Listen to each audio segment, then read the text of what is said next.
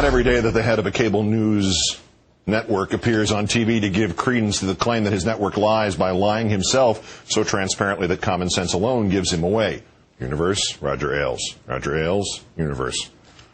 The Fox News super genius appeared on ABC's This Week as part of a roundtable, and fellow panelist Arianna Huffington, our guest presently, called on Ailes to answer for the damage his network does to the country. Ailes, claiming that bad blood between his network and the White House is now largely past, also claimed that Glenn Beck, when he said that people are going to be killed, future tense, he was talking about Hitler and Stalin, who, of course, are dead. Aren't you concerned about the language that Glenn Beck is using, which is, after all, inciting the American people? There's a lot of suffering out there, as you know, and when he talks about people being slaughtered, about who is going to be the next in the killing spree... Well, he was talking about Hitler and Stalin slaughtering people, so I think he was probably accurate.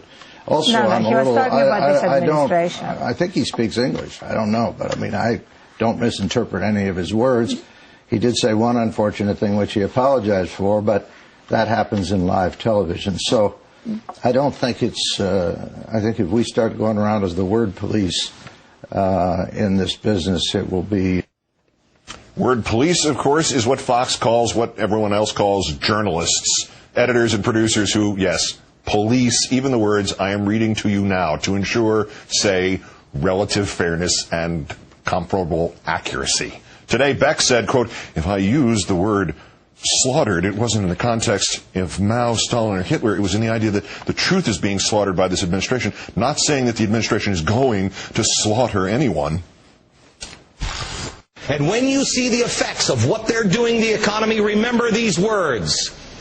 We will survive. We'll do better than survive. We will thrive as long as these people are not in control.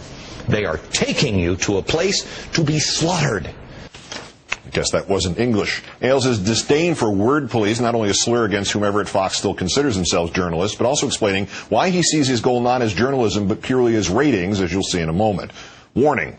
If your head is fragile, it may explode from his argument that when the president met with the GOP, Fox stopped covering it because Fox is trusted, because Fox covers everything.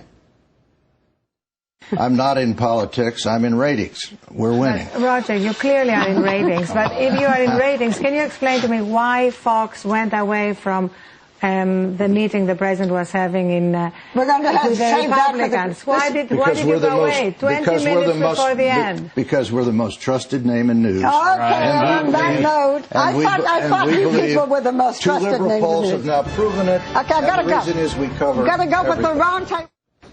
The trust claim, referencing a new poll in which a plurality says it trusts Fox News more than any other news outlet, apparently lumping MSNBC and NBC together there.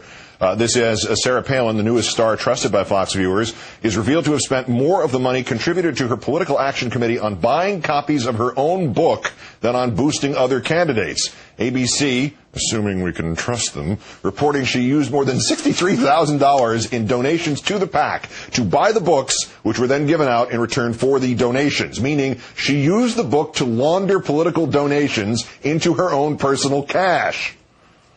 As promised, now we turn to Arianna Huffington, co-founder and editor-in-chief of the Huffington Post and survivor of yesterday's edition of This Week. Arianna, thanks for your time tonight. Thank you, Keith. I understand Mr. Ailes skipped out on the online postmortem that ABC does. Did you ever get an answer from him? I mean, something of substance or something even that wasn't a non sequitur about why they bailed out of a historic presidential congressional discussion, but then took the GOP response live in its entirety later on? I didn't, but you know, Keith, even if he had stayed for the online little discussion after the show, he would never have said the truth, because the truth is very simple. They went away, they bailed on the rest of the event because it was an event that showed the president in a completely different light from their relentless framing of him as being some kind of bent on destruction, Bolshevik Muslim, born in Kenya or wherever he was supposed to have been born. And the president was so forceful, so rational, everything he said was so based on facts that it completely destroyed that framing. So they didn't want, clearly, their viewers exposed to that reality. That poll that was cited, and he referred to it there, that quote-unquote liberal poll, found that most Democrats trust any given news network. 30% of Democrats even trust Fox. But 74% of Republicans trust Fox, but only a minority of Republicans trust any other news network. And as the polling group's president said, Americans are now turning more towards the outlets that tell them what they want to hear. So apparently Mr. Ailes meant it when he said he's in the ratings business? Yes, I'm sure he meant it, but I think there is something else going on here, Keith, which is that at a time of growing economic anxiety and real suffering out there, Fox is appealing to the worst in people, to their fears, to their pain, and in a sense profiting from what is happening in America. And of course this has been part and parcel of Roger Ailes' career. Remember, appealing to fear is something he's very good at. He is the man who brought us the Willie Horton ad, and he had asked at the time the question, the only thing we need to decide is, do we show him with a knife in his hand or without? So appealing to our lizard brains, which is when our rational mind kind of goes to sleep, and we just absorb all those paranoid statements that Glenn Beck is famous for. And to Mr. Beck, did Mr. Ailes or did ABC or anybody else in the last 24 hours that they've had to discover that in fact there is tape of him warning viewers that they would be led to slaughter in the future, and had not discovered time machines, or Hitler and Stalin had not discovered time machines? Has anybody corrected that since that Roger Ailes went on national television and lied through his teeth about it?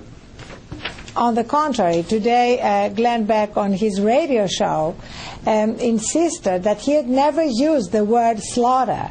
And I find that stunning, Keith, because surely both he and Roger Ailes know that we live in the world of embeddable video.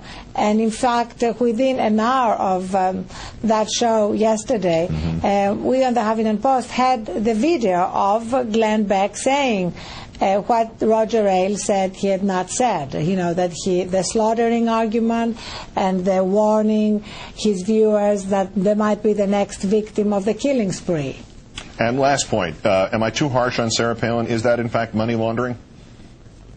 Well, it is money laundering, but really it is part and parcel of Sarah Palin being a brand. Everything about Sarah Palin is about the building of the brand. She's a little bit like Louis XIV, l'état c'est moi, le pack c'est moi. I am the pack, we're the one and the same thing. Après-moi, le snow machine. Arianna Huffington of Huffington Post. Great thanks, Arianna. Thank you.